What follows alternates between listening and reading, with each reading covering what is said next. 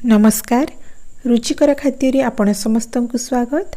आज आम ओडिशार गोटे पारंपरिक खाद्य माछ बेसर प्रस्तुत करवा। माछ बेसर खाइबा को बहुत ही स्वादिया लगी थाए। आमर प्रत्येक ओडिया घरे यह निश्चित भाव में प्रस्तुत करा जाय थाए। आज आम प्रस्तुत करवा पोहला माछ बेसर, जोटा कि खूब स्वादिया होईची। तेबे चलंतु शिखिनबा यार प्रस्तुति प्रणाली। एथिपाई मु नेइची 400 ग्राम पोहला माछ। देखंतु माछ को मु भल भाव में सफा करि नेइची आउ ताकू धोई देइची। वर्तमान आम यहाँ मैरिनेट करवा। मैरिनेट करबा पई मु नेइची आधा चामच लूण आउ आधा चामच हळदी। यहाँ माछ रे भल भाव में लगई देबा। भल भाव में माछ गुड़ा को लूण हळदी लगई सारला परे यहाँ 15 मिनिट जाए छाड़ी देबा। देखंतु मु भल भाव में लूण हळदी गोली सारलिनी। वर्तमान यहाँ आम 15 मिनिट जाए रेस्ट करने छाड़देबा।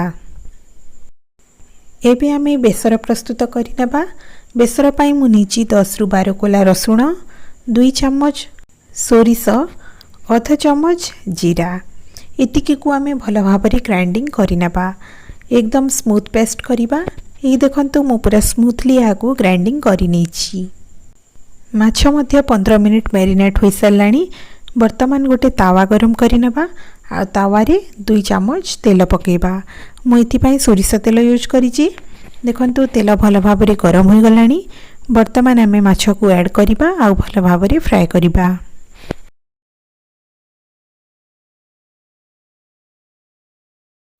पाखापाखि 3 मिनिट हो गलानी।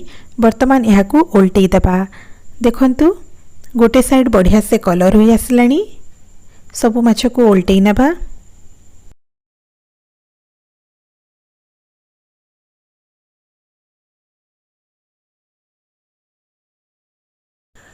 गोटे साइड बहुत ही बढ़िया कलर आसी जाइछि।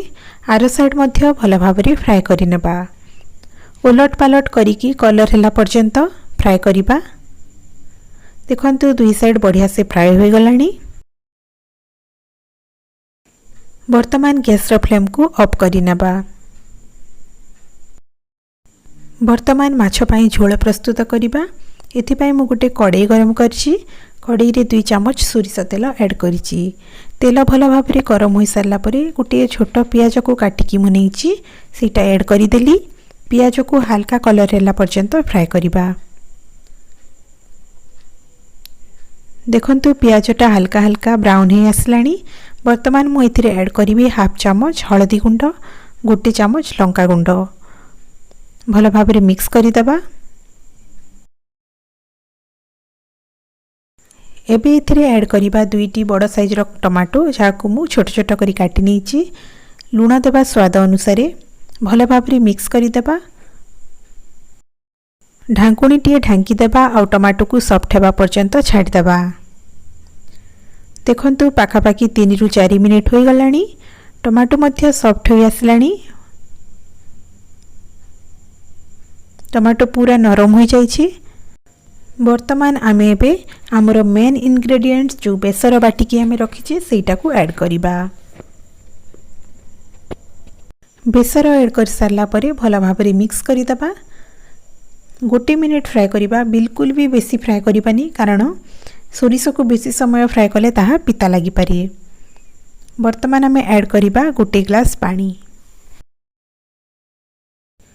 पानी ऐड कर सारला परे भल भाव में मिक्स करदेबा। आ वर्तमान मु ऐड करिबी 2टा आंबुल को मु बतुरे की रखीची सेटा ऐड करदेबा। भल भाव में मिक्स करदेबा। आ गोटे ढांकुणी ढांकी देबा। फुटिबा पई छाड़ी देबा। देखंतु 2-3 मिनिट पर बढ़िया से फुटी आसलानी।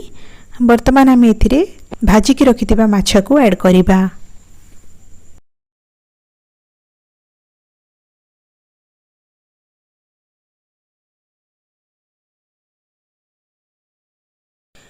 माछ ऐड कर सारला परे भल भाव में मिक्स करदेबा।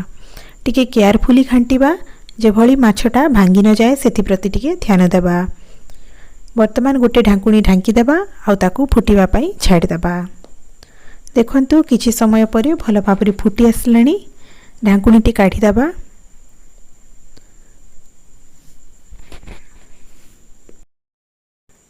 वर्तमान ऐड करिबा काटिकी रखिथिबा धनिया पत्र जोटा कि बढ़िया फ्रेशनेस दे थाए और बढ़िया बास्ना मध्य होई थाए।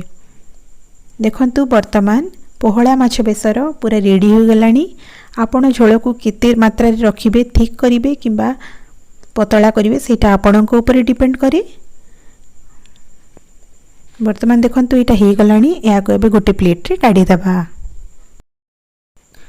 बहुत ही बढ़िया माछ बेसर बनिकी रेडी हो जाइछि।